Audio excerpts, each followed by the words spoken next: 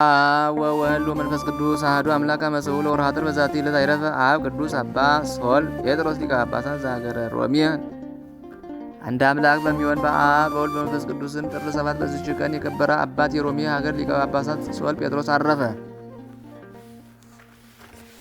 ይህንንም አባት ስለ ተጋድሎ ገናንነት፣ ስለ አገልግሎቱም፣ ስለ ትሩፋቱም፣ ስለ አዋቂነቱና ስለ ደግነቱ ከእሱ በፊት የነበረ ሊቀ ጳጳሳት አባ መጥልያኖስ ካረፈ በኋላ መርጠው ሊቀ ጵጵስና በሮሜ ሀገር ላይ ሾሙት።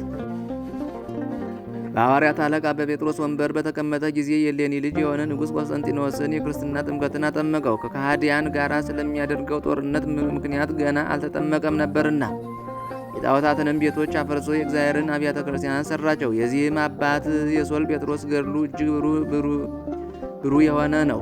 እርሱ ሁልጊዜ ሕዝቡን ያስተምራቸዋልና ከልቦናቸውም ከሰይጣን የሆነ ጥርጥርን ክፉ ሐሳብንም ያርቃል። ከነርሳቸውም ስውር የሆነውን የመጻሕፍት ምስጢር ትርጉሙ ያስገነዝባቸዋል።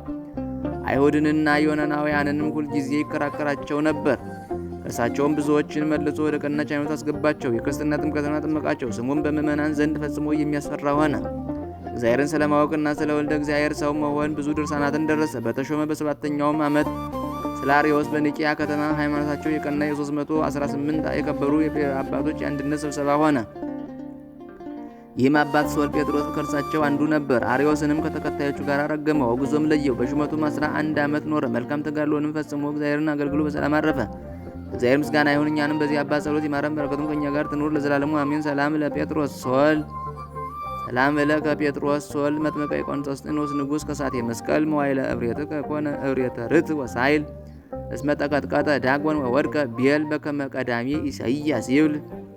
በዚህችም ዕለት የቅዱስ ኤፍሬም መታሰቢያው ነው። በረከቱም ከእኛ ጋር ትኑር ዘላለሙ አሜን። ሰላም ለከ ኤፍሬም አብ ምሉዐ ጥበብ ፈሪዖተ ክርስቶስ መልአኒ ከመ ማህየው በአልባቢሆሙ ለዘይፈርህዎ ሕዝብ እስመ አድኅኖቱ ተብህለ ለአምላክ ቅሩብ። በዚችም ቀን የሰሎሞን፣ የጎርጎርዮስ፣ የማርቆስ፣ የአትያኖስ፣ የሉያ፣ የመልይን፣ የሶስዮስ፣ የማርታይ መታሰቢያቸው ነው። በረከታቸው ከእኛ ጋር ትኑር ዘላለሙ አሜን።